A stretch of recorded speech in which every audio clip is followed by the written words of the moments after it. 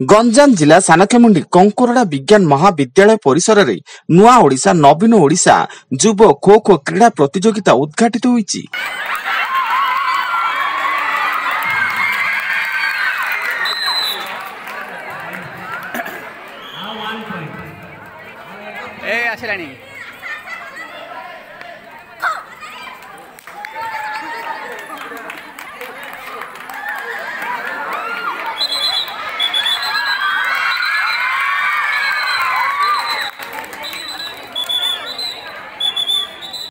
एथिरे नोडाल ऑफिसर श्रीजुक्त सुशांत कुमार साहू, डॉक्टर संतोष कुमार पाढ़ी, अध्यापक श्री सीमांचल प्रधान, क्रीड़ा परिचालक पाटपुर श्री बसंत कुमार सेट्टी, श्री विकास स्वाई और कंकुरार श्री शिवराम प्रधान क्रीड़ा परिचालन करते असिस्टेंट स्कोर और टाइम कीपर रूपे अध्यापक श्री मनोरंजन भुआ, श्री हिमांशु शेखर पाढ़ी, श्री अशोक कुमार नायक, श्री रवींद्र कुमार बेहरा कार्य संपादन करथिले और उद्घोषक श्री रंजन नायक गुरु दायित्व निर्वाह करथिले एवं युक्त 2 वर्ग रे प्रथम वर्ष कलार छात्र छात्री विनर होइता बेले युक्त 3 वर्गर पुरुष विभाग रे कला शेष वर्षर छात्र और महिला विभाग रे प्रथम वर्षर छात्री माने विनर होइतिले। शेष रे क्रीड़ा परिचालक और खेलाड़ी माननकु कृतज्ञता अर्पण करा जाय कार्यक्रम को समापन घोषणा करा जायतिला।